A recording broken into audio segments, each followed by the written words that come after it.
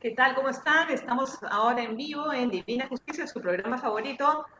Conmigo, Rocío Cano Burinoni, también estamos con Jorge Aracén Prato y tenemos ahora, bueno, como siempre, invitados de lujo. Tenemos a candidatos al Congreso y también tenemos analistas que nos están acompañando desde Ginebra, que es Michelle Celi, y desde Milán, Italia, que es Cristian Guillén. Bueno, bienvenidos a todos y después vamos a hacer todas las preguntas a los candidatos que se van a ir sumando, que son tres, pero Ah, bueno, por el momento tenemos al doctor Marcos Ibaceta.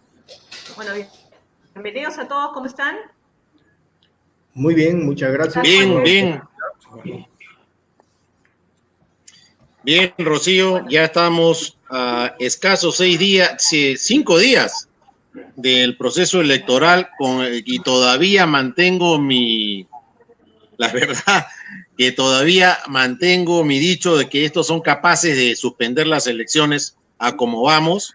Es galopante el contagio que se viene dando. Yo creo que se están jugando un ausentismo fuerte. Por otro lado, han decretado la inamovilidad a todas las Fuerzas Armadas y policiales, con lo cual va a haber un buen bajón de votos. Obviamente, ni las Fuerzas Armadas ni las policiales van a votar por los moraditos, eso estaba visto. Entonces, están ahí restando votos muy importantes. De ahí, a los mayores de 65 años también le están diciendo no vayan a votar porque hay una pandemia fortísima. Hay otro bolsón importante que adrede están concientizando que no vayan a votar, con lo cual nos queda realmente, para mí, un riesgo muy grande de que estas elecciones van manejadas y como comentábamos antes de iniciar con el doctor Ibaceta, el tema de la composición del Jurado Nacional de Elecciones es totalmente vizcarrista, como ya lo bautizaron ahora los lagartos, donde para mí personalmente, y esto quiero que sea materia de análisis con estos dos analistas que tenemos de lujo, el doctor Ibaceta, que ha sido vocal de la Corte Superior de Justicia, presidente de la Corte Superior de Justicia de Lima, y también ha sido decano del Colegio de Abogados de Lima. Quien va a decidir la elección para mí no es el pueblo, es este bendito señor que maneja el Jurado Nacional de Elecciones. Habiendo una dispersión tan grande de candidatos, la diferencia va a ser mínima. Y con todas las impugnaciones, observaciones, apelaciones y demás, ¿en quién va a resultar la decisión de quién tiene la razón y quién pasa o no? Es el presidente del Jurado Nacional de Elecciones. Abro la discusión, Rocío, con todo respeto. No sé tú qué opinas. ok, mira, sí, la verdad que casualmente por eso es que tenemos el panel que tenemos hoy, porque es una discusión bastante importante.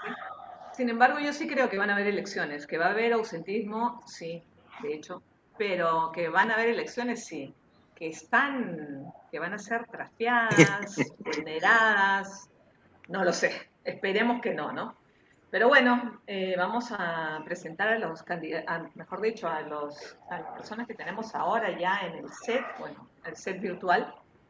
Vamos a empezar primero con el doctor Marcos Ibaceta Marino, abogado, expresidente de la Sala Penal Antiterrorista, candidato al Congreso de la República por Partidos Podemos, Perú, con el número 17. Bienvenido, doctor Marcos Ibaceta. Un placer tenerlo acá Gracias. en Divina Justicia. Sí, el gusto es mío. El gusto es mío. Estoy a su disposición. Muchas gracias. También vamos a presentar a Cristian Williams Guillén Pariona, docente, analista comercial y emprendedor a políticas geoestratégicas y socioeconómicas. Hola, Bienvenido, Rocío. Cristian. No sé qué hora es en Italia, pero sé que es de Sí, madrugada, así que sí, estás, exactamente. estás Son mal, como a la claro. una. Sí, sí, Bueno, pero te agradezco bueno, por estar acá. no, por supuesto, encantado. Placer es mío agradecerles primero por la oportunidad a Jorge, a Rocío y la presencia de los panelistas para poder discutir sobre este tema de coyuntura política, ¿no? Y un Perfecto. poco del tema comercial o estrategias económicas que puedan dar. Perfecto, muchísimas gracias. Y también al doctor Michel Aurelien Celi Vegas, abogado en Europa, Suiza, Francia y España, que en este momento también está en Ginebra, así que también está de madrugada y también está haciendo un esfuerzo para estar en nuestro programa. Ya es caserito, Michel. Y bueno, Sí, te buenas agradecemos noches. que estés acá. Michelle, ¿cómo Buen- estás? Buenas noches a todos, esperando que las elecciones se pasen bien. Y estamos aquí para analizar los últimos eventos una semana antes. Exactamente. Bueno, empecemos con la pregunta que es, que bueno, ya viene hace más de un mes que Jorge está diciendo que no van a haber elecciones el 11 de abril. ¿Se suspenden, no se suspenden? ¿Qué piensan ustedes? Yo pienso que sí va a haber, porque ya hubieran dicho que no, ¿no? Yo creo que sí va a haber. Pero a ver, ¿qué cosa nos cuentas? A ver, empecemos por, no sé, el que quiera hablar primero. A ver si me permiten. Sí, cómo no. Yo creo que en el escenario actual parecería que va a haber, pero con el paro de transportistas de hoy, que no sabemos hasta cuándo va, y si hay otros gremios que se suman a las movilizaciones y deciden paralizar, yo creo que la situación va a cambiar. El escenario cambia y el Ejecutivo va a tomar decisiones, aunque esa no es su opción, porque la opción del Ejecutivo o del poder que está enquistado en el Estado trae una estrategia desde antes. Qué buena esa del Club de los Lagartos, ¿no? Porque Vizcarra nos vendió una idea de reforma del Estado, pero que solamente tenía como contenido el alimento que le ponía la propaganda de todos los medios de comunicación, en la gran mayoría de medios de comunicación, y recién entendíamos lo que significa la propaganda al estilo Goebbels. O sea, cuando todos apuntan en una misma dirección van cambiando la psicología colectiva. ¿Y de qué nos convenció Vizcarra? De que el Congreso opositor no servía para nada y utilizó algo que lo constitucionalizó un tribunal constitucional pro Vizcarra, el de la denegación de confianza de facto. Pero ese Congreso cometió un error, porque cuando aparece el tema de los cuellos blancos, ahora sabemos que las fiscales se reunían con Vizcarra, las que investigaban el tema cuello blancos. Ajá. Y también Vizcarra se reunía con el policía que filtró las conversaciones, las interceptaciones. Ahora bien, eso sirvió para lanzarse a la yugular del Ministerio Público, descabezar a los fiscales que podían ser un obstáculo, un estorbo, y dejar a los amiguísimos, para después tener un representante del Jurado Nacional de Elecciones, pues incondicional. Ahora, el error, digo, está en que se destituye a los miembros del Consejo Nacional de la Magistratura, pero se encarga a la fiscal de la Nación, al presidente del Poder Judicial, al defensor del pueblo y a otros 2 funcionarios, de quienes se decía que sus instituciones estaban colapsadas por su culpa, para que designen a los integrantes de ahora la Junta Nacional de Justicia. ¿Qué hizo la Junta Nacional de Justicia? Destituyó a los fiscales que estorbaban, hackeó a la Corte Suprema, y el representante de la Corte Suprema en el Jurado Nacional de Elecciones tiene antecedentes que permiten desconfiar de él, porque ha estado, proviene de Arequipa, es amiguísimo del exgobernador de Moquegua, pero hay un elemento. Un año antes se judicializa el tema de las elecciones en el Colegio de Abogados de Lima, que tenía que nombrar al otro representante del Jurado Nacional de Elecciones para que sean impares, para que sean 5. Correcto, Al judicializarse... pero, a ver, doctor Ibaceta, para que la gente nos entienda bien, ¿cómo tiene que estar configurado el Jurado Nacional de Elecciones? O sea, bueno, tiene 5 representantes, ¿no? ¿Por qué ahora estamos con 4 nada más? Eso quiere decir que si llegan a tener... ¿Quién es el que dirime? Si son 4, no son 5. No, hay alguien que tiene voto dirimente, ¿eh? Claro, que es el de la Corte siempre. Suprema. Pero también tenemos el antecedente. El presidente dirime. Pero Sí, sí. ese es el que está visto como corrupto y como moradito, No, como no dictador. digamos corrupto, pero que genera incertidumbres y desconfianza, sí. ¿No? Genera incertidumbre y desconfianza, sí, por los otros antecedentes. ¿A título de que alguien se entromete en las elecciones internas del Colegio de Abogados de Lima, interpone acción de amparo y un juez, dos jueces, dictaron medidas cautelares? Miren cuánto tiempo ha pasado, más de 1 año y medio, y no se resuelve nada. La medida cautelar está allí. Entonces el Colegio de Abogados de Lima no ha puesto su representante. Y como son 4, entonces alguien tiene más poder que otro. Claro, alguien tiene que dirimir. Ajá. Desde entonces, y esto me lleva a otro tema, de controles. A Vizcarra se le han descubierto un mundo de cosas, porque ahora resulta que él también está comprometido en el tema de los cuellos blancos por sus relaciones con este señor de ISA Motors. Y las reuniones y las conversaciones que él negaba. Tenemos un Congreso que lo está investigando y hay una propuesta de inhabilitación por 10 años. Sin embargo, el señor Vizcarra nos dice que ha interpuesto demanda de amparo y que va a solicitar su medida cautelar. Estoy convencido de que esa medida cautelar se la van a conceder después del día domingo. Y esa medida cautelar va a paralizar la investigación y los actos del Congreso por secula seculorum, y él va a poder estar tranquilo en su escaño si es que llega al Congreso. Entonces, todo nos está mostrando que en realidad hemos sido objeto de una tomadura de pelo con la propaganda que se desató, con la pandemia que nos metió en nuestras casas, con el miedo que nos desataron, y ellos han hecho lo que han querido con las instituciones. Y entonces, ¿quiénes tienen el control institucional en el país en este momento? Los que están en el poder, a los que llamamos caviares, ¿no? Pero que protegen a los Vizcarra, que protegen a los Humala, que protegen a los Heredia, que se protegen entre ellos, porque hasta ahorita hay tanta corrupción y nadie está preso. Por lo tanto, dejar el poder en estas circunstancias, yo creo que no van a dejar el poder, simplemente que ya lo tienen controlado todo.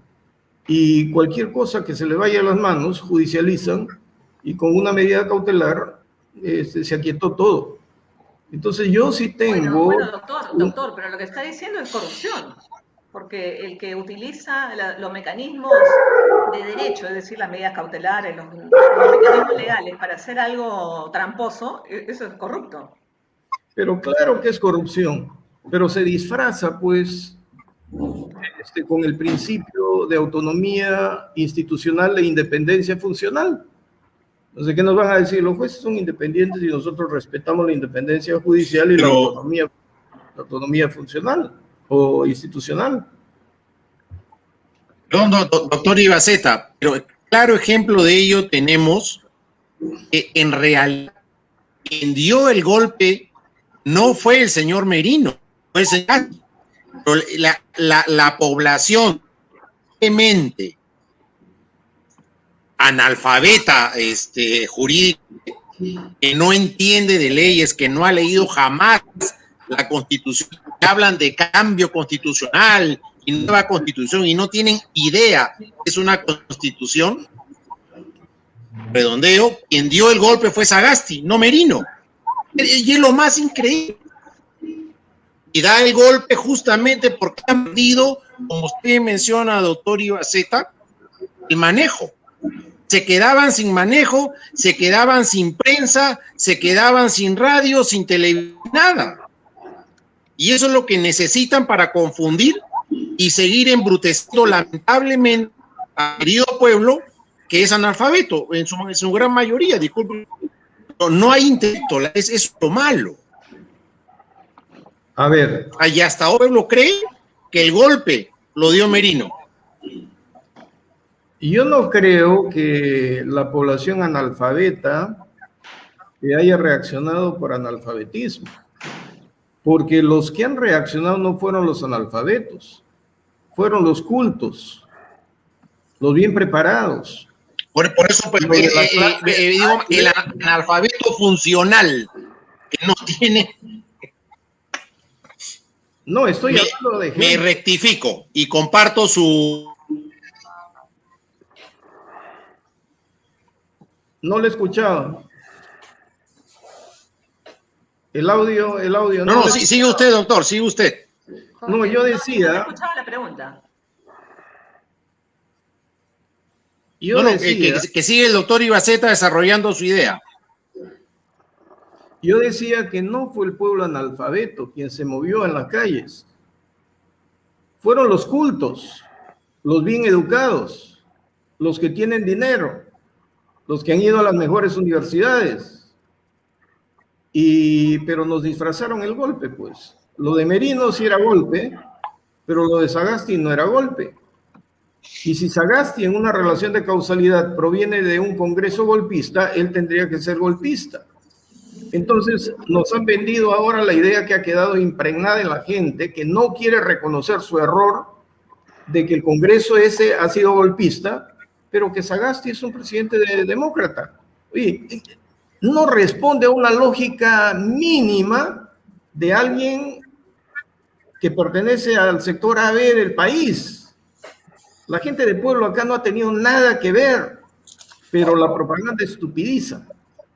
Y cuando estupidiza, lo hace segmentando, confrontando ideas radicales. Y fíjense, vayan a darse una vuelta por el Museo de la Memoria.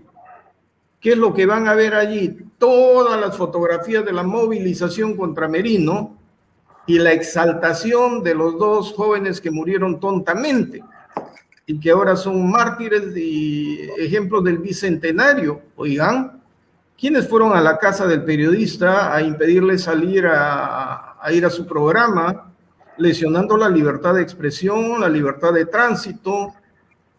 ¿Quiénes se movilizaron? Eso no es casualidad, eso obedece a un plan. ¿Y les importó acaso respetar Casualmente, doctor Ibaceta, de acuerdo, doctor Ibaceta, justamente quería llegar a ese punto. Sí. Ambos sabemos que una manifestación sin muerte no es una manifestación, no tiene éxito. Para que una manifestación tenga éxito tiene que haber muerto. Y había que sembrar a los muertos. Había que conseguir muertos. Y obviamente echarle la culpa a la fuerza del orden. Y eso es lo que ha calado, e insisto, en la población. Que los malos son los demócratas, que los malos son los que cumplen las leyes, que los malos son las Fuerzas Armadas y que los héroes son justamente los terroristas, por llamarlo de una manera, los que siembran el caos y el desorden. Y usted tiene toda la razón. Los que han llevado esta marcha es gente alfabeta, pero que no tienen ninguna capacidad de discernimiento. No cuestionan nada, simplemente siguen cual ganado. Y eso es lo peligroso. O sea, la propaganda muy bien montada por el equipo que nos está hoy gobernando es peligrosísimo porque nadie cuestiona nada. Es el problema. Sí, pero hay algo más, hay algo más. Se Pero, ha puesto ver, de moda. para concretar, doctor Ibaceta, Marco, te puedo llamar Marcos, ¿no? Sí, sí, claro que sí. Ok, porque acá todos nos tuteamos, no hay ningún problema. Okay. Bueno, Marcos, o sea, según tú, ¿para quién, o sea, de quién venía toda esta gente que se levantó ante Beto Ortiz también, que trataron que pusieron a los muertos, según Jorge Adriancén, y bueno, ¿cómo fue? ¿Quién lo hizo? ¿Lo hizo los morados? ¿Lo hizo Vizcarra? ¿Quién lo hizo? Bueno, yo lo que iba a decir es que en el Perú se ha puesto de moda para la gente del sector A y B ser de izquierda. Y si vemos quiénes han salido a protestar, fueron los del sector A y B, pero quienes la hicieron de agitadores. Ollantumala, Verónica Mendoza, que por ahí la vi también, Ok. ¿no? El Morado, cuyo presidente de Morado se ha pasado a rojo ahora, pero está en la presidencia, y que mientras esté él, está bien las cosas. Ahora sobre los muertos. En el Perú hay otra tradición. Cuando la escuela de comandos de cualquier institución inicia el curso, al final tiene que haber un muerto para que el curso sea bueno. Cuando hay una fiesta patronal en el interior del país, una semana de disfrute de licor, de toros, y si no hay un muerto, usted pregunta, dicen, no ha habido buena fiesta, no hay fiesta. Y si en una manifestación no hay un muerto, tampoco se obtienen los resultados. Es una costumbre de que siempre tiene que haber un muerto. Inclusive Vargas Llosa, con quien políticamente discrepo por completo. Si ustedes leen su libro, Lituma en los Andes, él narra la costumbre de matar a alguien y enterrarlo donde hay una obra para que proteja la obra. Entonces, cuando yo viajaba por la sierra, algunos abogados de allí me decían, en este puente hay alguien abajo, en este túnel hay alguien abajo. Entonces, no tenemos en el Perú estudios sociológicos ni antropológicos para entender el manejo psicológico, pero parece que esta gente sí lo conoce. Entonces nos está jugando a un vaivén, pero es peligroso, ¿ah? Que la clase A y B deje de jugarse y deje de hacer tonterías, porque si llega a la izquierda, el chavismo va a ser, pero acá de un día para otro, porque el mecanismo es el cambio de constitución para que se pueda reelegir eternamente. Y quien tiene el poder con la propaganda y con este experimento, se va a reelegir por secula seculorum. Entonces, que no se den cuenta que no estamos jugando. Está el país ya al borde del precipicio, pero le voy a agregar un elemento desquiciador adicional. Sendero Luminoso, con sus órganos de fachada, ha infiltrado todo. Los terroristas que salieron liberados están por todo el estado.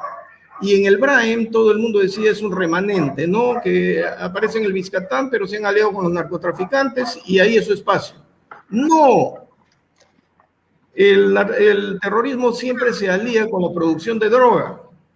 Pero miren, si ustedes analizan el Braem, comienza por Vizcatán, pero se va por el Apurímac, va por el N, el Tambo y desemboca en el Ucayali, pero por el norte está San Martín de Pangoa, del N, por el norte, San Martín de Pangoa, Satipo, Pichanaki, está La Merced, Oxapampa, está Puerto Bermúdez, está Pichispalcazo y está el Aguaitía.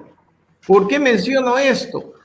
Porque en marzo del 2019, el gobierno del señor Vizcarra declaró estado de emergencia para la zona de Pichispalcazo, que está en el Pachité, en Huánuco, para la zona del Posuso y el Codo del Posuso, que está en la selva de Pasco, y para Oxapampa. Eso significa, porque el narcotráfico estaba allí con el terrorismo, lavado de activos, trata de personas. Eso significa entonces que el terrorismo está avanzando con el narcotráfico y tomando la selva central hacia el norte. Miren, llegando a Puerto Inca y Tornavista, que también Tornavista está a 90 kilómetros de Pucallpa y está como zona de emergencia, ya están a tiro de fusil de la Guaitía, que era la base de Sendero y del narcotráfico más radical, donde la Marina tuvo que enfrentar en combates terribles. Ellos están avanzando y no nos damos cuenta. Entonces, no podemos estar jugando con una clase dirigente en el país, con gente que se dice que tiene conocimientos y quiere estar de moda vistiéndose de rojo. No, pues, o creemos en un sistema democrático o lo vamos a echar todo a perder. Y además, decirles abiertamente, la letra de la ley no cambia nada. Lo que cambian son las actitudes y cuando se quiere trabajar bien, se trabaja con lo que uno tiene como marco jurídico, decentemente. Y con las acciones y las personas, no con los grupos. Bueno, En fin, muchas gracias, Marcos. Vamos a presentar a Christopher Raúl Martín Medina Vázquez, que se ha entrado un poquito tarde, que él también es candidato, licenciado en Ciencia de la Comunicación, candidato a la región Callao por el Partido Renacimiento Unido Nacional, con el número 1, con Runa, ¿no? Por la región del Callao. Bienvenido, Christopher, ¿cómo estás? Buenas noches, doctora Rocío Cano. Me da gusto de poder saludarlo a todos los abogados que sé que están en su semana de celebración virtual por el Día del Abogado. Un fuerte abrazo a todos ustedes que están presentes. Les saluda a Christopher Medina, candidato para el Congreso por el Callao por el número 1 del Partido Renacimiento Unido Nacional, liderado por nuestro presidente y fundador, el doctor Ciro Gálvez, un quechua hablante, notario huancabilicano que está trabajando en todo el Perú. Y este es un partido de pro familia, pro vida, pro valores, que le representa. Discúlpeme una cosita, discúlpeme porque para estar más Sí. haciendo la...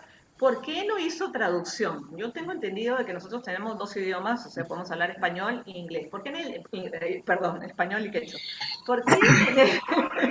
¿Por qué en el debate habló en quechua? Y es más, dijo que insultó en quechua, pero nadie lo entendió. Entonces, bueno, la gente, obviamente, los moderadores no pudieron decirle, oye, no, mientras que a los otros se le decían, no pierdan, no, guarden la compostura, ¿no? ¿Qué pasó con Ciro? O sea, no entiendo, ¿por qué? O si no, si quería hablar en quechua, perfecto, pero que hubiera puesto un traductor, ¿no? Bueno, quiero explicar sí, claro. Bueno, primero que el doctor Ciro recién está en recuperación del COVID, que ha caído en mal, por eso tuvo que hacer su tercera visita a varios lugares, pero el debate tercero estuvo por Zoom, igual ha querido compartir con su plan de gobierno la educación, la salud y el trabajo para todo el Perú. Ahora, él es un hombre originario. Es un hombre de quechua hablante, donde la quechua, aymara, a esa gente de los pueblos andinos olvidados, marginados, que no llega, no tienen voz ni voto.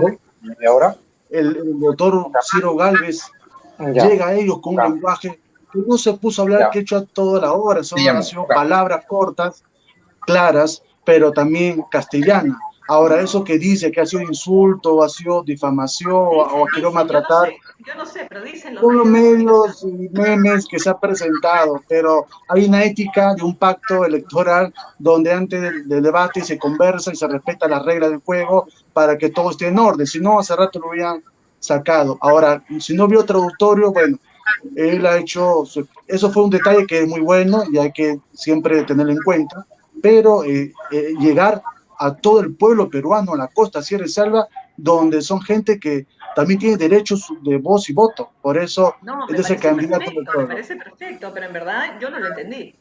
Entonces, si quería llegar a mí, no llegó a mí, porque obviamente yo no entendí nada. Entonces, llegó al lenguaje andino lo que tenía que llegar, porque nosotros entendemos el castellano. Pero se ha hablado como más castellano y poco se ha hablado quechua, pero igual se entendió. Ahora, algo tenía que comunicarse, porque ni un candidato presidencial en ese momento hablaba quechua. Entonces, alguien tenía que llegar a ese pueblo, y el doctor Ciro es quechua hablante, huancabilicano y huancayo, que siempre ha comenzado a trabajar en la sierra.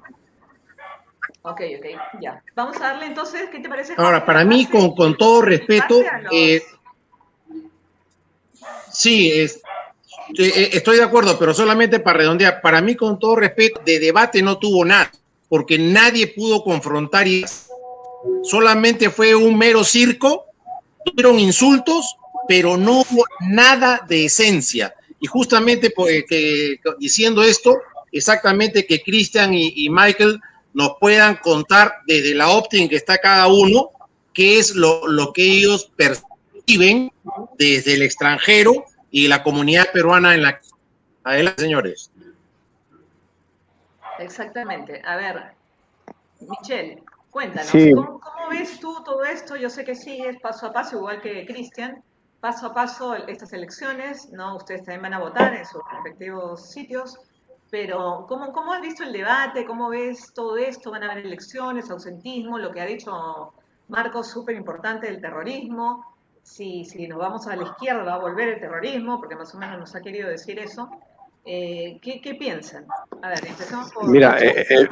en principio lo que acaba de expresarse por los candidatos muestra ya la diversidad de opinión en el Perú. Estamos de acuerdo en que el pasado del Perú está tildado por el terrorismo. Estamos de acuerdo que ese terrorismo siempre ha estado ligado a grupos incontrolables en la parte de la zona, donde lamentablemente la única manera de controlar es militarmente. Ese es el primer punto. Segundo punto, respecto al futuro, que me parece que es el tema de hoy día, si hay elecciones o no. Yo diría que elecciones van a haber. Yo diría que los componentes que van a tomar las decisiones este domingo 11 probablemente no podrán dar la claridad de tener un representante en lo que entendemos en la forma democrática, es decir, las diferencias serán mínimas. La abstención será probablemente entre el 20 y 30%. Ahora, ¿cuáles son los motivos de la abstención? Muchos. En primer lugar, el traslado de las personas a los centros de votación. Parto del hecho que hay personas que son responsables, que quieren evitar el contagio de la pandemia en el país en que se encuentren. De tal manera que ese factor que no existía antes en las elecciones hay que tener en cuenta. Segundo punto es la diversidad de candidatos que ha confundido mucho a los electores. Es decir, en los últimos 5 años hemos vivido tendencias, oposiciones, temas comunes a todos, que es luchar contra la corrupción, pero la mayoría de las personas que están en posibilidad de dar un voto para pretender obtener un cambio están cansados. Entonces, esa fatiga de ir a las urnas y votar por uno o por el otro porque es indiferente de hacerlo, resquebraja más el sistema democrático. Entonces, tendremos de repente, y esas son las tendencias que hay a nivel de los periódicos oficiales, oficiosos, pagados, financiados por la corrupción o no corrupción, las diferencias no son muy grandes. Entonces, lo que va a pasar y probablemente habrán compromisos que hay que tomar, le guste o no le guste a la derecha, le guste o no le guste a la izquierda, etcétera, para evitar que pase lo peor. Y lo que pase lo peor es el caos, porque si hay una diferencia de 50.000 o de 10.000 o de 5.000 votos, la inseguridad se va a instalar. Y evidentemente todo el mundo tendrá mecanismos legales, constitucionales que va a querer prevalecer. Entonces, para retomar el punto, si hay elecciones, a mi parecer, la deben haber. Y la van a haber. En segundo lugar, ¿cuáles serán los resultados? Ahí está el problema, porque ya no hablamos de tendencias de partido de derecha o de izquierda, ya no hablamos de personas corruptas o no corruptas, simplemente hablamos de la indiferencia de la masa electoral que se va a presentar este domingo. Y no será una excepción el Perú, porque también pasa en todos los países. Ha pasado en Francia. Yo recuerdo cuando el presidente Chirac, nadie lo quería y que al final todo derecha e izquierda confundida votó para evitar que la extrema derecha de Le Pen ganara las elecciones. Y ahí probablemente nos encontraremos con el resultado en el Perú, que el remedio puede ser más pernicioso que la enfermedad, porque si hay que votar por alguien de tendencia peor derecha. Que la enfermedad. Exactamente. Si vamos a tener que votar por alguien extremo, que hoy día está relativamente escondido, es decir, la parte de la izquierda, que está ligada a tendencias chavistas en el continente latinoamericano. Y si escuchamos hoy día, hemos visto en los periódicos, por ejemplo, en Europa, y de repente ustedes también lo han escuchado, es que Putin en Rusia ya se declaró presidente hasta el año 34. Entonces, eso que pasa en el mundo probablemente va a llegar al Perú. Maduro ya no será de repente como Hugo Chávez, será como Putin o como Pután.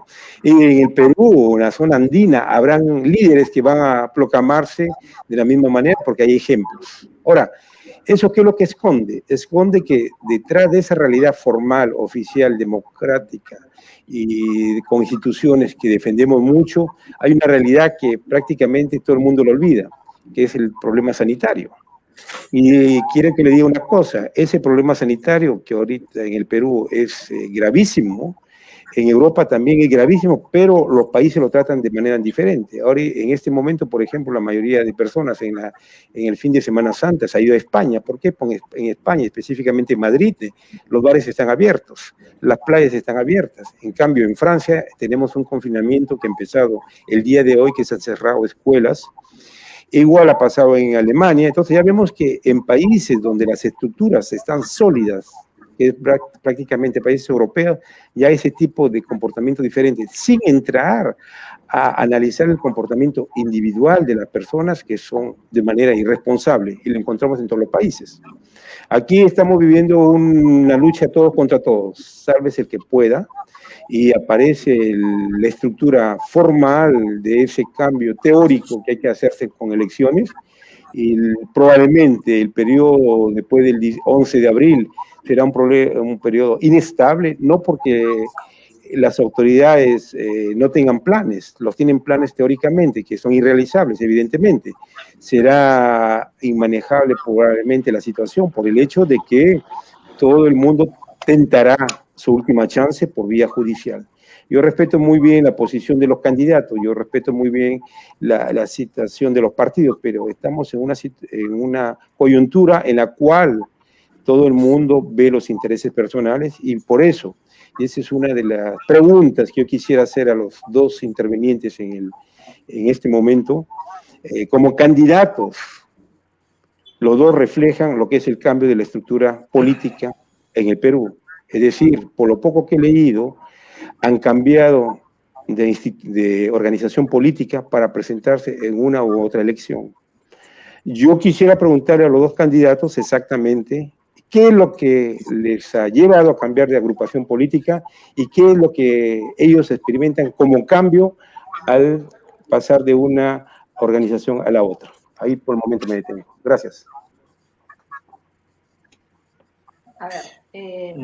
Cristian, ¿tú qué opinas al respecto, estimado Cristian Guillén? Antes Bueno, de que conteste la pregunta, ¿me escuchas? Sí. Antes de que conteste correcto. la pregunta, sí, Cristian, sí, me gustaría saber tu opinión sobre, bueno, todo la introducción que hemos dado, que fue en la mitad pero bueno, sí, claro.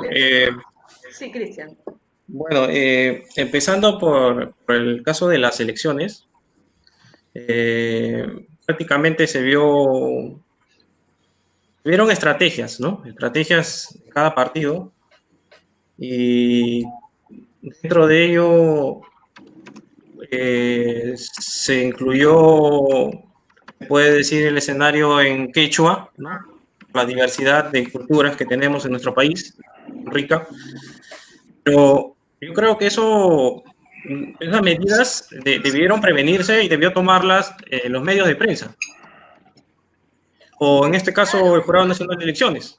Sí, exacto, debió tener ahí. No esperarnos, exacto, porque somos justamente, hay mucho que corregir, evidentemente, en los debates previos, y se debe evaluar al candidato de acuerdo a su origen, a su cultura, a su región. Entonces, el señor Ciro Gálvez estuvo participando en el debate, bueno, se debió prevenir los hechos y no esperar el resultado, porque eso puede ser ventajoso futuro para otros partidos. Justamente porque la mayoría entiende el castellano, no el quechua. Con eso no estoy marginando ni dejando de lado el quechua, que en sí debe incluirse dentro del Ministerio de Educación, dentro de la malla curricular. Exacto, claro. Y no esperar estos resultados, ¿no? En cuanto a las medidas que están tomando, debemos ser positivos, que creo yo que en estas instancias, ya un presidente en etapa de transición, con sus críticas, sus debilidades, decir que debemos creer en lo que Sagasti nos promete, que va a terminar la etapa de transición o va a generarse un golpe de Estado, yo creo que no nos llevará a ningún camino constructivo en ese aspecto, sino un conflicto de ideologías. Por consiguiente, Perú se perjudica porque se genera mucho debate y perdemos el tiempo. Tenemos energías en eso. Sí, ahora, en cuanto a las medidas sanitarias, lo veo muy complicado del aspecto científico, porque yo con la especialidad enfocado ligado a la bioinformática, al análisis, Ajá. yo no margino este tipo de virus mutado, tantas variantes que hay, porque tiene altos riesgos de contagio, sobre todo tiene una alta resistencia a medicación, no se permite, obviamente, pero sobre todo de cuerpo a cuerpo. Entonces, si en un estado no está a la altura a nivel científico, tenemos a un MINSA o un Ministerio de Salud debilitado ante cualquier amenaza, pues si no hay una medición, ¿cómo podemos controlar el virus? No hay pruebas moleculares, mucho peor. Entonces, tomar medidas y exponer a los militares al contagio también es un riesgo. Parte de incidentes, tras incidentes, y ya ha pasado un año, y la pregunta es, ¿qué mejoras se han hecho en un año? Sigue siendo lo mismo, sigue siendo más caótico, un cáncer. Entonces, para revertir esto, necesitan profesionales. Se tienen que traer profesionales del extranjero para colaborar, pero no con un poder que siempre piense en el yo, en el yo, en el yo, sino en cómo vamos a hacer algo planificado, bien ordenado, y que integren todos los partidos políticos, todas las empresas, los sectores privados, desde las MIPES, porque son el impulso económico. Entonces, ¿cómo vamos a hacer algo planificado bien? ¿Quién está hablando? No, nadie me... Okay. Entonces, si no hay una buena planificación y una buena medida a corto plazo, esto se va a desencadenar en errores tras errores. Va a ser muy catastrófico, como estamos ahora. Lo dice alguien que desde el origen, porque no lo dice por hablar, lo dice por estudios, porque se prepara cada día y también está buscando una candidata vacuna. Entonces, si hay que hacer una publicación sólida, científica, con rigurosidad, para poder hallar a los medios mermeleros, hallar a ese grupo intenta intervenir sin una base, sin un conocimiento sólido, pues entonces no generan más discusiones. Ahora, a no perder el tiempo y dar el pase a mis colaboradores, yo pienso en que tengo la sensación de que no va a haber un golpismo, no va a haber, que creo que de aquí, desde mis compatriotas que están aquí en Milán, están muy preocupados, están muy, sobre todo cansados de esta política, viene desde mucho tiempo. Entonces, ellos, un sector, un grupo determinado en que quiere votar candidatos, no voy a decir, pero bueno, ya se entiende que es de derecha, evitar la izquierda, que tienen esa idea en que va a haber un golpe de izquierdistas, porque quizás de repente por ahí también tengan razón, porque estrategias geopolíticas, hay que ser directo. Claro, a ver, pero directamente te hago la pregunta, Cristian. ¿Tú por quién vas a votar? Bueno, yo lastimosamente no voy a poder votar, porque no veo Bueno, transparencia. okay. No veo transparencia, no veo transparencia y eso se refleja en los medios. Pero no voy a poder votar, lo siento tanto, porque no quiero prestarme a un juego, porque en realidad siempre nos hacen lo mismo, como pasó en el caso por ejemplo, de Merino con Sagasti. Pusieron a Sagasti como única opción de derecha, porque sabían que poniendo a Verónica, sabían que la gente iba a optar por Sagasti. Y eso es una elección prácticamente a dedo. No nos da posibilidades. Yo recuerdo que siempre, cada elección, cada 5 años, siempre tenemos que ir y votar candidatos que siguen en lo mismo. Y no hay juventud, y no hay sangre nueva. Entonces, yo tampoco no dejo de lado a los partidos que están representando hoy, que creo que el cambio sí se puede dar, pero debe ser de ambos frentes, ¿no? De ambos lados. Perfecto, Cristian. Le voy a dar el pase a Sixa, que ha entrado. Sixalita Romero Peralta, licenciada en Administración de Empresas, candidata al Parlamento Andino por el Partido Renovación Popular del número 2. Entonces, si se fijan, nuestros analistas, y Jorge no sé dónde está, pero bueno, nuestros analistas, tenemos a López Aliaga, tenemos a Ciro Galvez, ¿no? Ujú. Y tenemos a Urresti.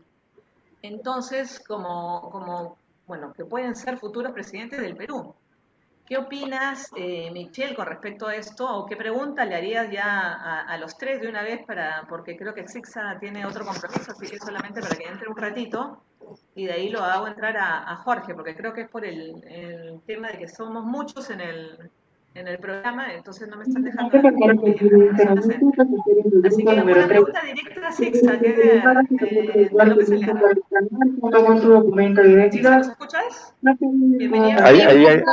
Estoy esperando la pregunta. ¿Cómo estás? Gracias, Rocío, por la oportunidad. Buenas tardes, Michelle, Marcos, Buenas tardes, Christopher y Cristian. Muy buenas tardes con todos. Buenas noches. Bueno, Sí, había hecho una pregunta a Michelle. Yo creo que esa pregunta vendría muy bien para los tres, pero sobre todo para Sixa, porque creo que tiene que entrar y salir, porque si no, no podemos continuar con el programa. A ver, Michelle, ¿cuál era tu pregunta? Disculpa. bueno, buenas noches, Sixia. La pregunta va para los tres. Por lo que tengo entendido, los tres candidatos han cambiado de organización o de agrupación política en los últimos años, desde que están en la vida política. La pregunta es la siguiente: ¿por qué cambiaron? Y actualmente, ¿qué ha representado ese cambio para ustedes? Es decir, que se ha mejorado, han encontrado la verdadera tendencia que defienden o simplemente es oportunismo electoral. Exactamente. En otras palabras, ustedes se cambian de camiseta a cada rato. ¿Por qué se cambian de camiseta? Vamos, Sixa. Así, Bueno, en mi yo soy caso, directa. Tú sabes que yo soy directa. perfecto, muy bien. En mi caso no había un cambio de camiseta. En mi caso lo que había es que yo nací en una cuna prista porque mi abuelo fue el fundador de la APRA en Arequipa. Entonces yo básicamente como que heredo el tema de mi filiación política en el APRA y pasados los años tengo la oportunidad también de tener dentro de mi familia a un alcalde provincial de Arequipa que salió electo por el partido aprista y culminando su gestión tuvo un enfrentamiento con Alan García que obviamente nos hizo renunciar a ambos del partido por este enfrentamiento que a todas luces pues era totalmente desigual, ¿no? Y él casi nos hizo renunciar. Entonces, no ha sido que me cambié de camiseta por X temas, ¿no? Y bueno, luego de eso pasan muchos años y encuentro muchas similitudes en mi forma de pensar y en mis orientaciones políticas en el partido en el que hoy estoy, que es Renovación Popular, y justamente por eso también hoy por hoy fui invitada como militante por nuestro secretario general a participar en estas elecciones con el número 2 al Parlamento Andino. Esa es mi historia. Gracias. Ok. Ya, Christopher, tú del partido Runa. Sí, yo siempre como político he sido independiente y de la provincia constitucional del Callao siempre hemos comenzado a trabajar con las labores sociales. La vez pasada fui invitado por Partido Somos Perú y bueno, hubiera podido continuar, pero cuando siempre hay una contienda electoral, siempre es bueno también revisar la lista de los futuros candidatos y quién va a encabezar también como presidente. Y hay momentos que no me ha agradado mucho los personajes de varios lugares que han estado presentes, actualmente están postulando y por eso ahora vemos la realidad cómo se refleja. Por eso cuando recibí la invitación del Partido Renacimiento Unido Nacional Runa, coincidimos que somos pro familia, pro vida, pro valores. Es un partido que no tiene antecedentes y comenzando con el candidato, no hay denuncia penal, policial ni judicial, mano limpia para gobernar. Entonces hemos coincidido a hacer un cambio total y sobre todo que da espacio a la juventud y que no estén cobrando los cupos para una postulación o guerreando por un cargo público. Eso no se ve. Por eso en Runa lo que postula son independientes, son docentes, luchadores sociales, dirigentes vecinales, sobre todo que quiere hacer algo por nuestra patria. Entonces, estamos en el tiempo del bicentenario de la nueva generación. Yo siempre digo, como este pensamiento. El único que nos falta para que el mal siga avanzando es que nadie haga nada, nadie se manifieste. ¿Y hasta cuándo vamos a seguir en nuestra tribuna donde nos ubiquemos criticando, hablando, rajando? Entonces yo digo, hay que dar la iniciativa y postular, pues. Sí se puede. No es necesario tener plata. Acá hay que tener convicción y hacer algo, contribuir por la sociedad. Entonces, algo tenemos que hacer porque hemos visto en los medios cómo está contaminada la situación. Entonces, si alguien desea hacer un cambio por una nación, yo les invito, postulen como sangre nueva y participe en un partido nacional para llegar al Congreso. Así haremos el cambio y no está esperanzado que venga el otro. Nada más, así vendrá la nueva generación. Gracias. Ok, Christopher, gracias. Doctor Ibaceta, Bueno, ¿por qué con Urresti? yo no he tenido un partido antes. No, por eso digo, ¿por qué con Urresti? Yo no he cambiado de camiseta. Simplemente que recibí una invitación de la candidata a la primera vicepresidenta, que es jueza. No está con licencia, pero es jueza y es congresista. Y ella me invitó porque ha sido testigo de lo que yo hice en reformas del sistema de justicia, que han quedado truncas. En la época en que yo era presidente, primero 5 años de magistrado contralor y las reformas allí, la modernización de la Corte de Lima, la modernización del sistema de justicia en el país, que se me encargó realizar, la presidencia de la Sala para casos de terrorismo y bandas, investigaciones sociojurídicas, y nunca me ha gustado la corrupción. Saben que yo detesto la corrupción. Por eso que cuando me invitó le dije que yo tengo 3 lemas: 0 corrupción, 0 blindaje y 100% institucionalidad, porque de lo que sufre el país es de falta de institucionalidad. Y todos quieren ser caudillos y quieren ser salvadores de los grandes problemas. Y ya estamos hartos del caudillismo desde la época republicana. El Perú tiene que actuar como país, como Estado, y sus instituciones tienen que hacerse respetar, pero darnos resultados funcionalmente aceptables. Por eso es que yo acepto la postulación. Digo, esta es una oportunidad donde no se puede ir a un congreso con Urresti por una simple razón. Esa es la pregunta. Porque es un tipo que tiene ideas claras, actúa, no es ladrón y asume sus responsabilidades. No se puede andar con tibiezas ahora teniendo, como he escuchado, un tema de pandemia, donde alguien quiso ser líder, organizó su comando, pero no supo ver el futuro, ni supo prevenir, y menos planificar, y estamos como estamos en una segunda ola. Yo acabo de tener noticias del Cusco, donde ha ingresado un señor y me dicen cada día entraban 10, ahora entran 15 diariamente, mañana van a entrar 20, y como no alcanza la capacidad de los médicos ni los enfermeros, están permitiendo que los hijos vayan a atender a los pacientes dentro del hospital del Cusco. Esto nos va a desbordar. No puede ser que no tengamos oxígeno, no tengamos camas UCI, no tengamos nada. Necesitamos actuar y no podemos ir al Congreso en un plan de confrontación, porque lo convertiríamos en otra jaula de gatos, como ha venido siendo hasta ahora.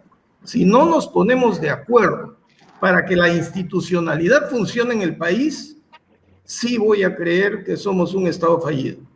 Por esa razón es que digo, es mi oportunidad, porque no necesitamos ir en masa para cambiar, basta que uno cambie y asuma un liderazgo de principios y de valores. Ok, perfecto.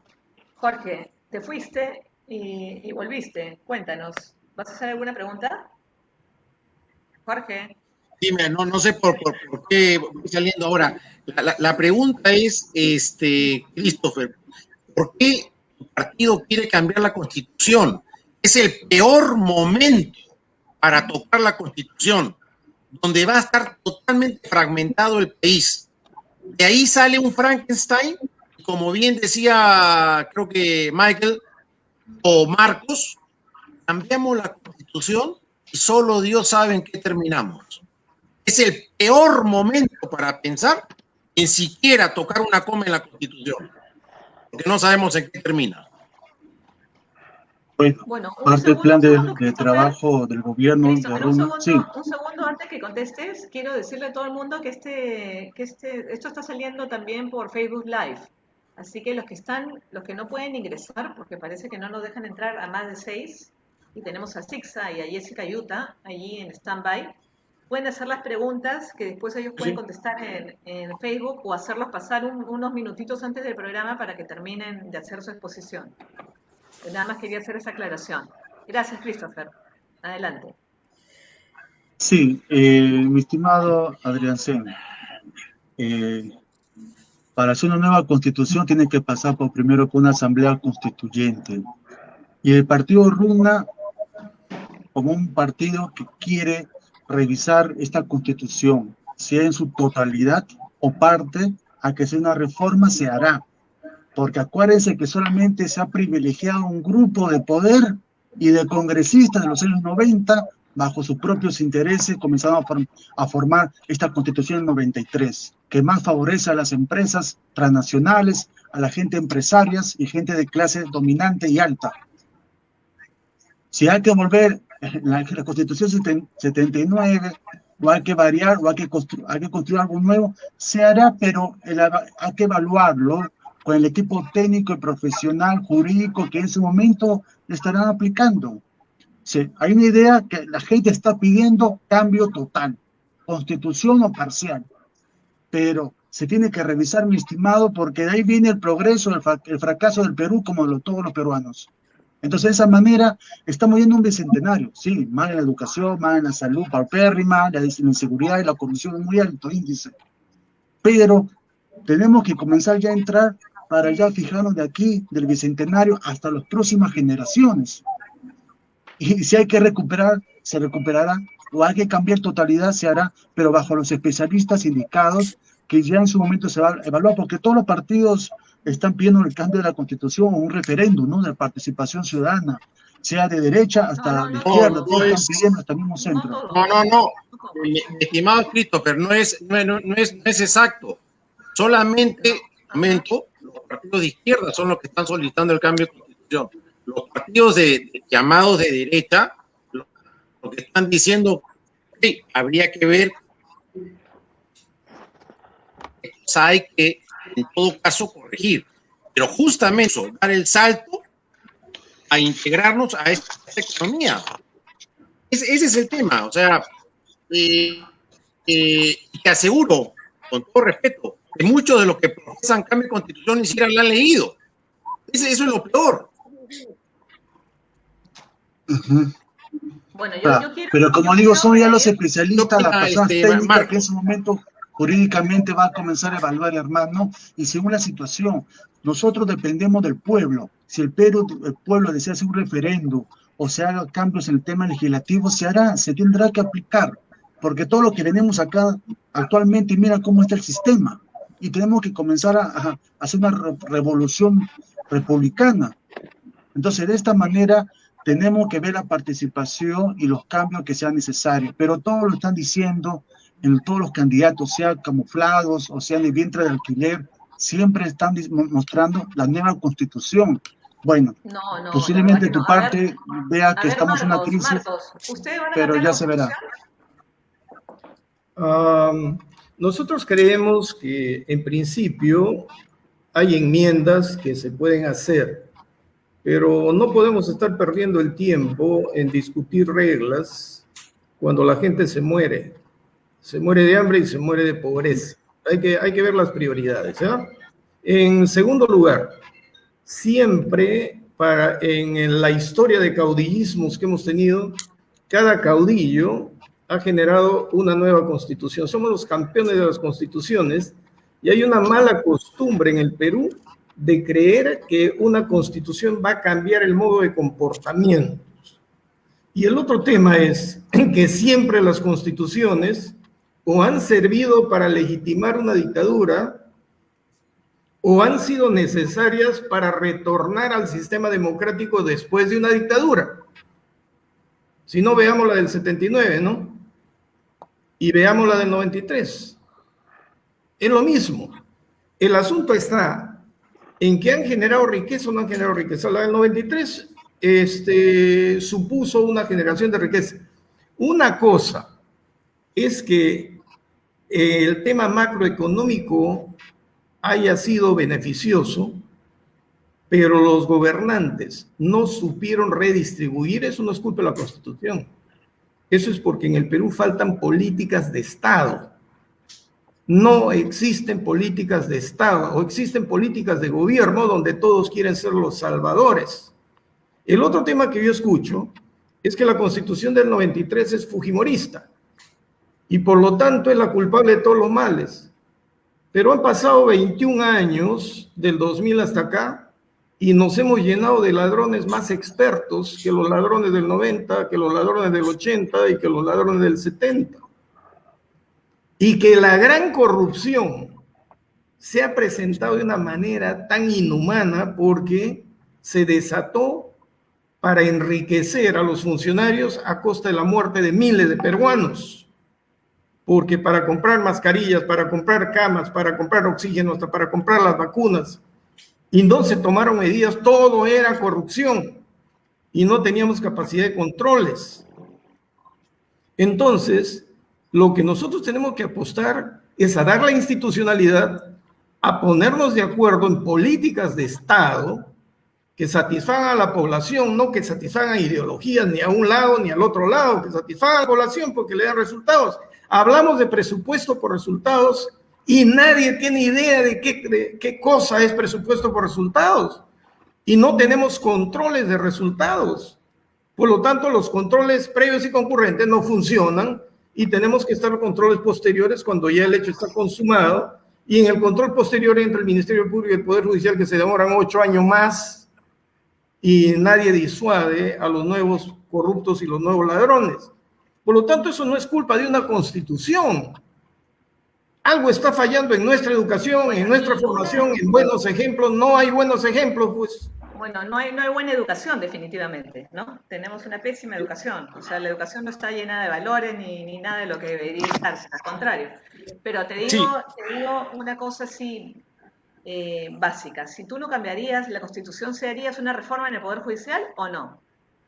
No, la reforma del Poder Judicial se puede hacer sin cambiar la Constitución. Por eso digo, hay que cambiar las leyes orgánicas.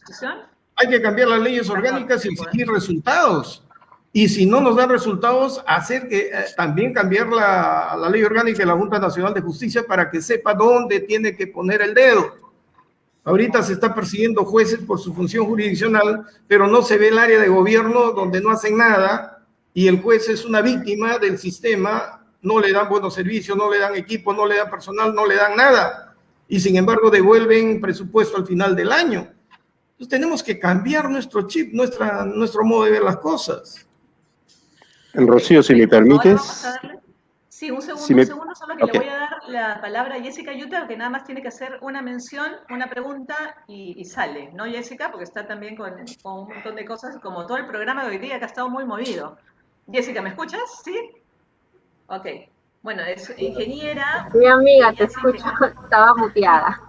Ingeniera de ¿Cómo sistemas, estás, Rocío? docente universitaria, ¿Qué tal? Especialización en gestión, tecnología, información, transformación digital, etcétera. Bienvenida, Jessica. Ahora sí, solo un ratito, por favor. Así, lo más concisa que pueda ser. ¿Qué tal? Sí. Gracias por la invitación. Más bien sé que acá hay algunas personas que están tratando de ver el destino de nuestro país. Ello me alegra mucho. Tal vez yo podría traer en mesa porque he estado escuchando, ¿no?, la conversación y realmente es bueno mirar el vaso medio lleno, no medio vacío. Realmente siempre, en todo momento, van a haber cosas negativas si es que queremos ver lo negativo. Y si es que queremos ver lo positivo, hay que también sacarlo. Entonces, lo bueno sería un cambio de cultura. Ese cambio de cultura hay que hacerlo desde niños, porque si no, realmente no va a haber un cambio generacional y de buenas costumbres. Entonces, lo que tenemos que apostar es por la parte de educación, para que la cultura peruana sea mucho mejor. Ahora, con respecto a este cambio de cultura, también muchísimas veces es por la facilidad o a lo mejor el obstáculo que hay a lo mejor de acceso a las comunicaciones. En mi caso, bueno, como ingeniera que veo, ¿no?, de sistemas, que veo toda la parte de tecnología y mucho veo la parte de transformación digital, ahora está muy, ¿no?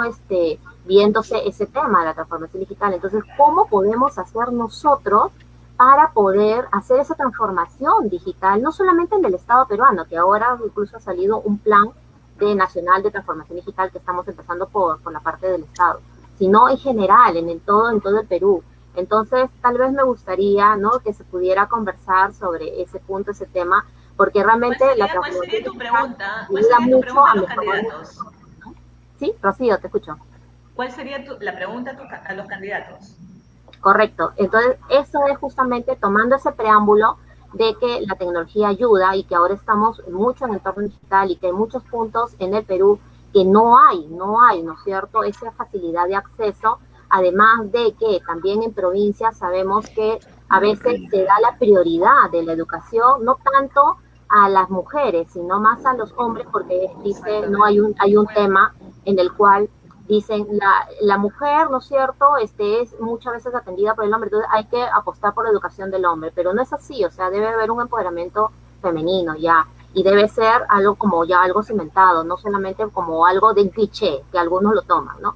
Entonces me gustaría saber, es 2 puntos, ¿no? Con esta pregunta tocamos 2 puntos. Uno, con respecto al empoderamiento femenino, ¿qué es lo que tal vez la propuesta que ustedes tienen sobre ese punto para poder ayudar a atender a este sector todavía vulnerable? Porque no, estamos hablando de una población vulnerable, estamos hablando de mujeres, adultos mayores, niños, pero vamos a orientarlo en este caso a mujeres.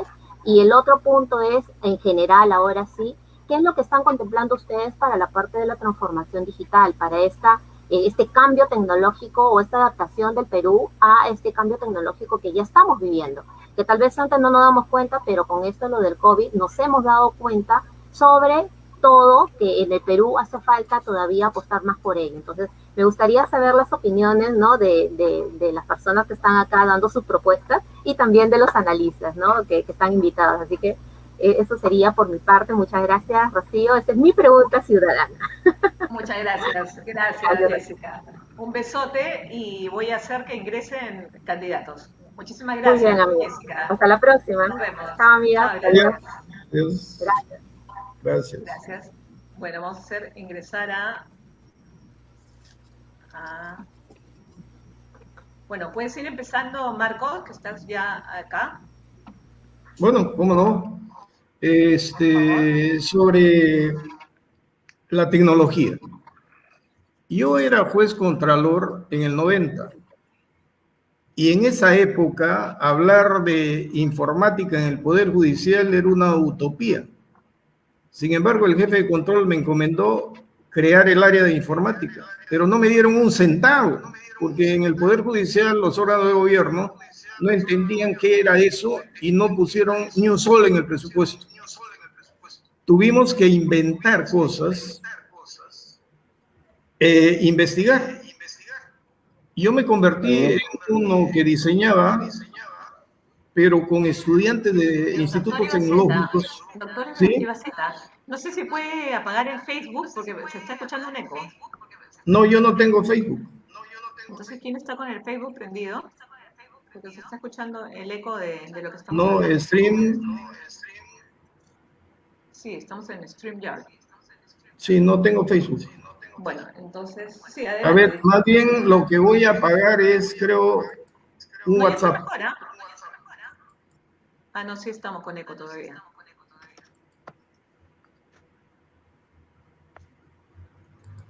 A ver, lo único que tenía era el WhatsApp. Ya está, perfecto. Ya, entonces, lo que yo les quería decir era que todo el mundo me decía iluso. Pero en el año 91 pudimos tener la primera red en la Oficina de Control de la Magistratura, pero no teníamos tecnología porque recién estábamos con la AT, que su capacidad máxima era 100 megabytes de disco. Pero lo hicimos, teniendo en cuenta que la columna vertebral del país es personal, ¿no? Y después hacer las carpetas. Muy bien.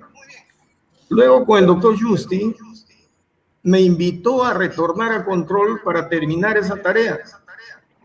Ya aparecieron las Pentium. Pero también descubrimos otra cosa, que ya no se utilizaba la vía satélite. sino la fibra óptica, y que los peruanos desconocíamos que en la época del gobierno militar se habían tendido tuberías del aeropuerto a Washington, al Girón Washington, y al hipódromo de Monterrico.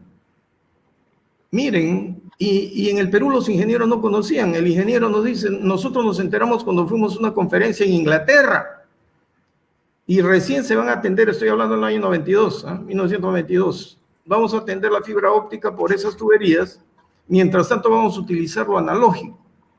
Y vamos a llevar, el otro proyecto es llevar fibra óptica a Trujillo y Arequipa.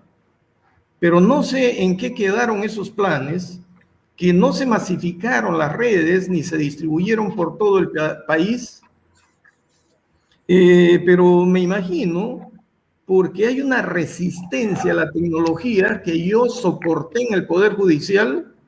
Y miren, cuando llegué a la presidencia de la Corte de Lima, informatizamos toda la Corte de Lima. Y como tuvo efecto, me dijeron informatiza todo el país. Por eso es que ahora el Poder Judicial puede tener sus audiencias virtuales.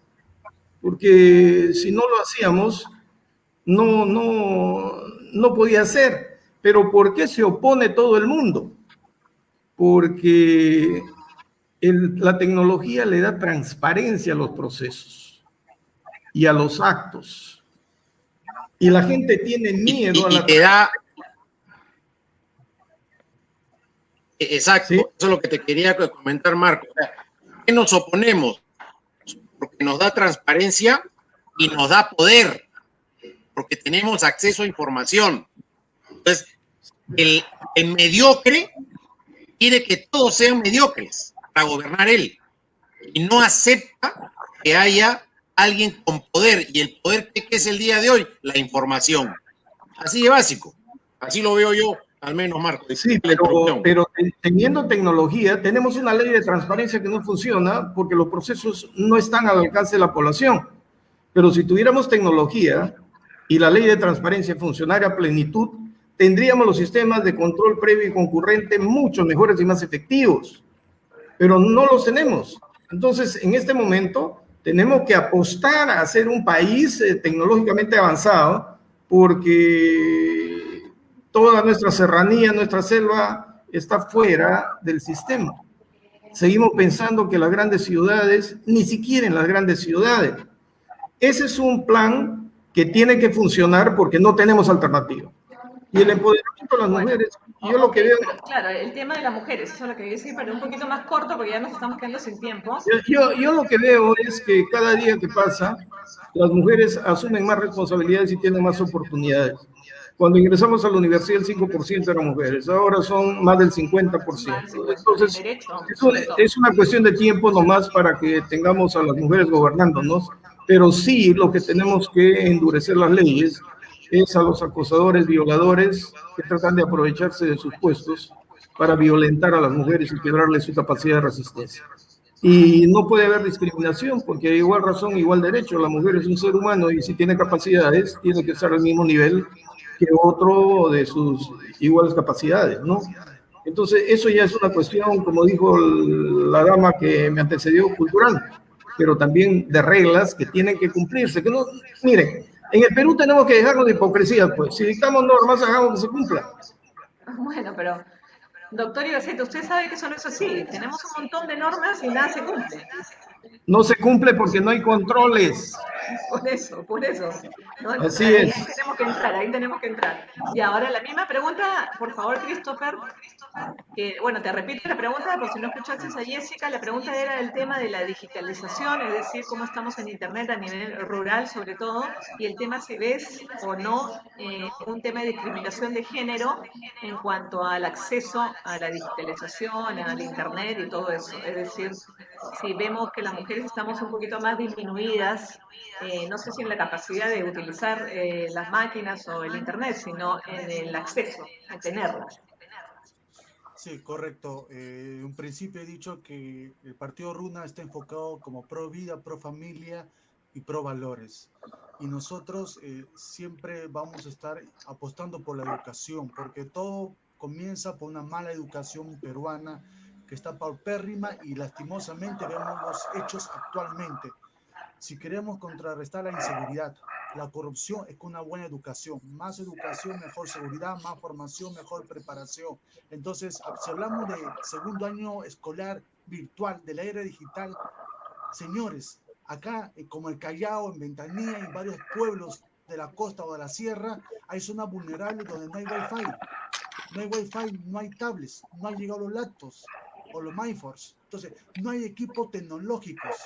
Eso hay que invertir. Runa quiere invertir la educación para todos en una era de ciencia y tecnología, para los que los docentes tengan su laptop y bien capacitados, y también a los niños y jóvenes sus tablets que falta, y wifi gratuita. Entonces, si el dinero, como el Callao, que produce el 2% de café, 50 millones a la del Callao, en el Perú se tiene que invertir lo que es el tema educacional bien equipada, igual como los institutos tecnológicos para la juventud, con becas, semibecas y también carrera de corta, de 6 a 1 año, para que se tengan herramientas y puedan trabajar en su jurisdicción. Entonces, salud, educación, y ahí viene el buen trabajo que es la chamba para todos. Por eso, de esa manera, nosotros como Runa quiere llegar a que potencializar el Perú y revolucionarlo con una buena educación del primer mundo en lugares rurales. Por eso los quechohablantes, los aymaras, los pueblos originarios, los andinos de la sierra, que también hay una mala educación, y en esta manera queremos llegar hacia ellos. Ellos también un buen voto fuerte que vamos a hacer visto el 11 de abril. Y estamos también contra la violencia de género, contra el aborto, eso sí, igualdad para todos, que haya un profesionalismo y crecimiento y que ingrese a la política como las mujeres, esa manera como los hombres. Por eso en Runa hay lista variadas, igualdad de hombre y mujer y jóvenes también. De esa manera se está trabajando, se está fortaleciendo, y así vamos a trabajar para el Bicentenario, porque hay mucho maltrato, discriminación, machismo, y mucho reducen a la mujer, que son potencias, son profesionales, y ustedes son las voces también de algunas gestiones públicas que también tienen cargos actualmente. Entonces, de esa manera, Runa es un partido abierto, con mente moderna, pero sobre todo transformada del profundo del Perú hasta la costa, sierra y selva con tecnología. Y el tema educacional, ver los postas médicas, fortalecerlo como los hospitales. Por eso vamos a implementar los camas UCI, 1000 camas UCI y 4 plantas de oxígeno para el Callao y vacunas para todos. Vacunas masivas por la vacuna peruana del doctor Fernando Manolo, que no ha llegado al tema presupuestal del Estado. Hay que inyectar plata porque ahorita prioridad es la economía, reactivarlo, y el tema de la salud, señores, es lo más fundamental, que vamos a trabajar de diciembre hasta diciembre, de julio a diciembre de este año. De ahí vendrá el progreso y las discusiones de plan de gobierno que cada bancada lo hará en ese momento. Y para terminar, solamente decirle al señor Adriacén, al señor William, los que nos acompañan en la sala, dejemos ya resentimiento político.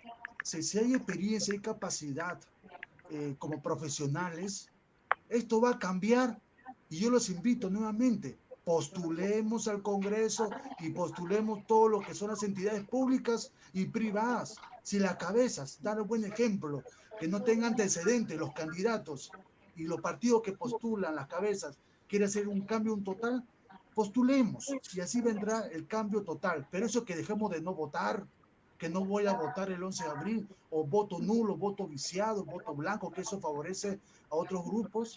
Entonces, así no es la solución tampoco. Entonces, la juventud está postulando. Ustedes tienen que postular. Y si no se puede, tengo que postular. Pues. Así vendrá el cambio. Así como el CAL se tiene que empoderar con gente gremialista, la política tiene que empoderarse con gente luchadores, profesionales y sindicatos. Así haremos un Perú mejor bicentenario. Y basta ya de favorecer partidos o resentimientos partidarios, hermano. Acá el Perú es primero, como debe ser, ¿no? Ok, perfecto. Perfecto. Bueno, yo creo que, Jorge, ¿qué te parece si ya nos quedamos con los analistas y les decimos que den sus versiones finales a los candidatos? Empezamos con Marcos. Marcos, cuéntanos. Ya nos van a cortar el programa, nos hemos excedido demasiado. Sí, por eso digo, ¿por qué tendremos que votar por ti? Y después ya nos quedamos 2 minutos con los analistas y ya terminamos el programa. Bueno, simplemente decirles que voy por Podemos al Congreso por Lima con el número 17. Y lo que les ofrezco son los 3 puntos, para no hablar más de la cuenta, ¿no? 0 corrupción, 0 blindajes y 100% institucionalidad. En lo personal me conocen. No vengo de no hacer nada. He dirigido una institución y me he proyectado a nivel nacional y ahí están las obras que he dejado. Lamentablemente la han paralizado. Creo que se puede cambiar el país en poco tiempo, porque eso que hice, lo hice en 6 meses. Y en 6 meses más lo hubiéramos terminado y lo hubiéramos dejado perfectamente. Por eso les invito a este domingo, marquen la P y el 17. Muchísimas gracias, doctor Ibaceta. La verdad, la mejor de las suertes en estas elecciones del 11 de abril. Sí, gracias. Esperemos que sí. Christopher, tus palabras finales, por favor. Para terminar, porque qué pena que no puse a hablar mucho de mi propuesta, pero solamente decirle al pueblo chalaco y a todo el Perú, si queremos hacer algo por nuestro Perú querido, voten sinceramente por personas honestas. Voten por personas que tengan experiencia y sobre todo amor por el Perú. Somos RUNA, sin antecedentes y denuncias. Radicaremos la delincuencia con la corrupción, con educación, salud sanitaria para todos y trabajo para el tema del emprendimiento. Reactívate Callao para los emprendedores y comerciantes. Tenemos que comenzar a empoderarlos. No se equivoquen, señores. Depende de ustedes el triunfo o el fracaso del 28 de julio hacia adelante. Confíe con gente nueva y la juventud al poder. Y la persona que me conoce sabrá que no lo voy a defraudar. Y a ustedes que están en el staff, me están acompañando en esta sala, yo mismo lo voy a convocar y lo voy a invitar para que me puedan también apoyar con los proyectos de ley y el asesoramiento jurídico de las leyes. Y de su manera vamos a hacer todo juntos, la experiencia de la juventud. Tendremos un Callao y un Perú mejor que todos queremos. Causacho Perú, Causacho Callao. Viva el Callao y viva el Perú. Buenas noches. Gracias, doctora Rocío. Avancemos. Muchísimas gracias. La mejor de la suerte, Christopher. Y bueno, ya estamos en otra oportunidad. Muchas gracias. Bueno, ahora sí nos quedamos con los analistas. A ver, Cristian, ¿qué nos cuentas? Michelle, ¿qué nos cuentas? Bueno, la verdad que en esta sesión quería enfocarme en hacerle preguntas a Jessica, pero por motivos personales, bueno, no se ha podido ni... El tema es que si ellos... muchísima gente en la misma... Sí, en el mismo exacto. Es más, también quería hacerles conocer sobre... Haciendo un paréntesis, quería hacer un conocer sobre el contrato de AstraZeneca que ya está público en Europa y lo pueden descargar gratuitamente. O sea, no tiene el costo, no tiene el cronograma, pero tiene la información básica.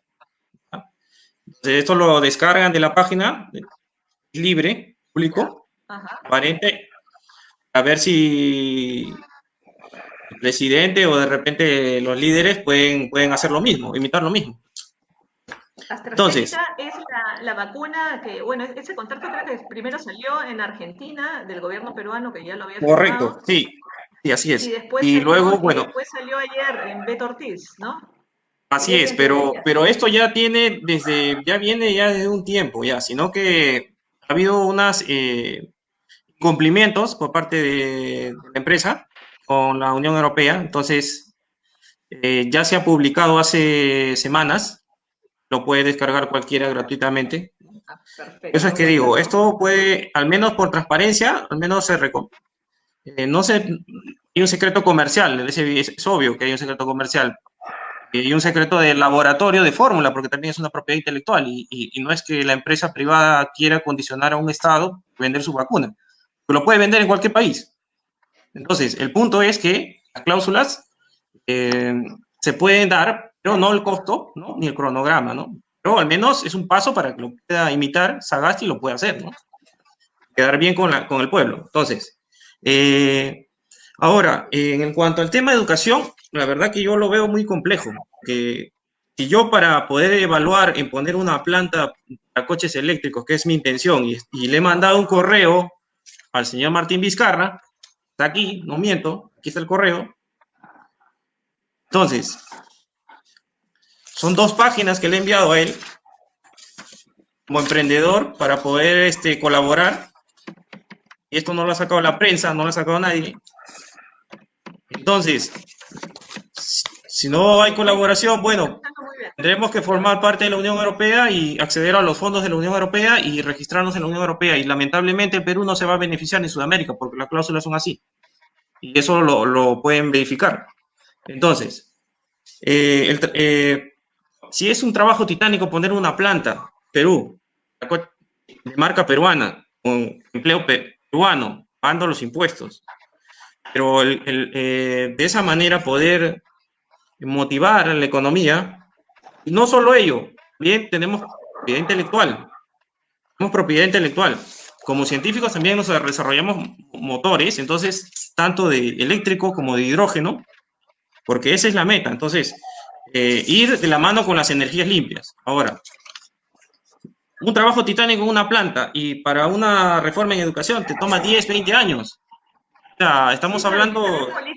Tiene que haber políticas públicas, es decir, políticas de Estado que tengan largo aliento y largo tiempo, ¿no? Exacto, pero también puede ser, pero también... como las que tenemos. Exacto, pero también podría ser no dejar de lado la capacidad técnica productiva.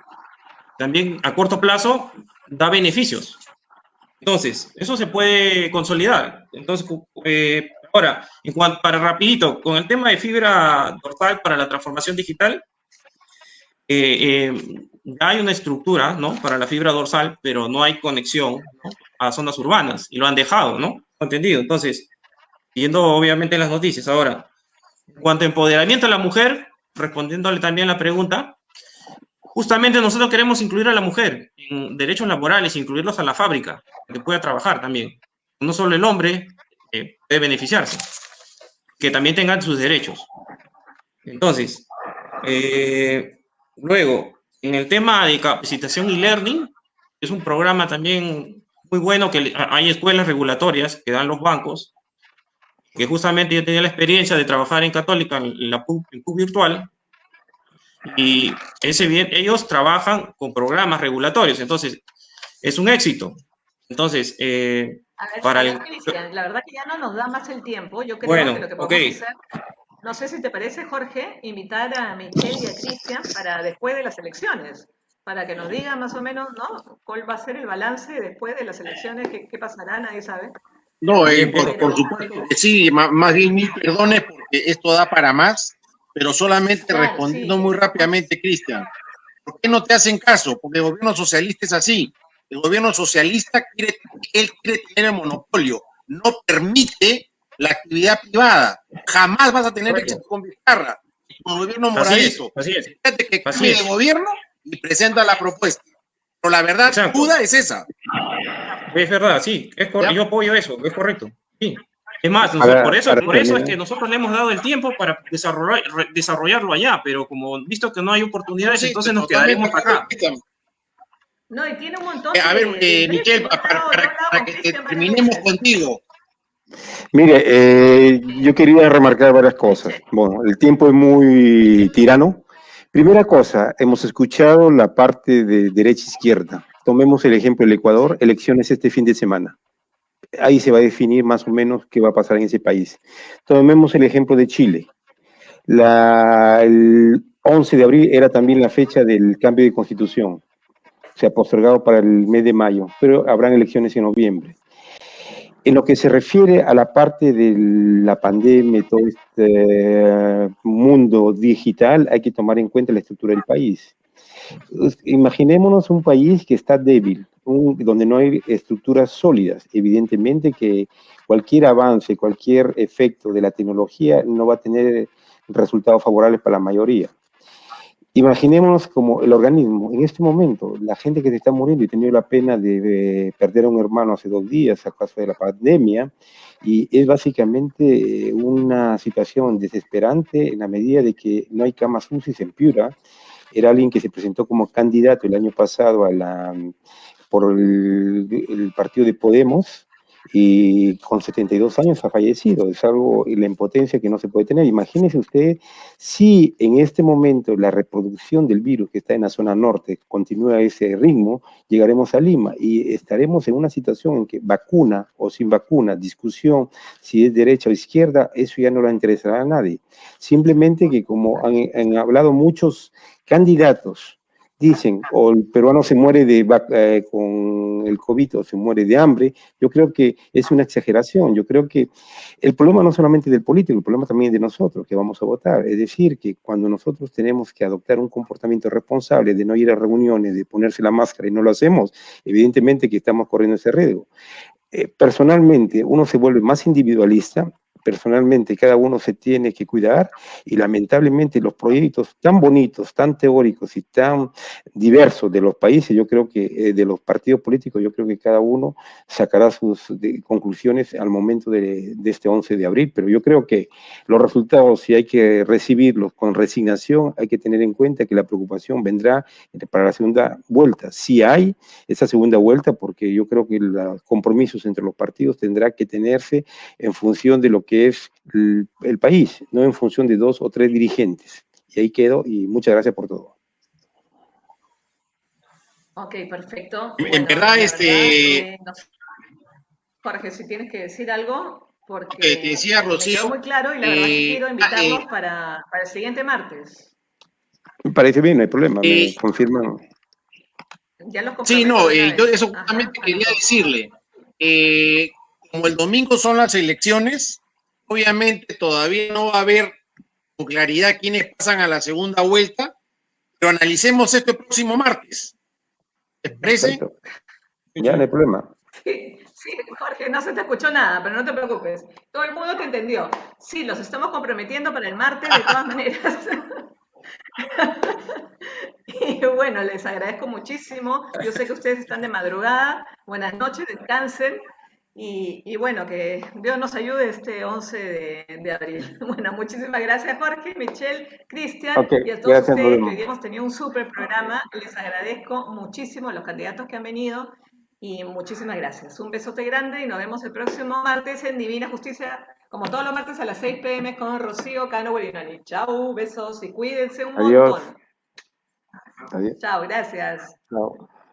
Gracias. Gracias.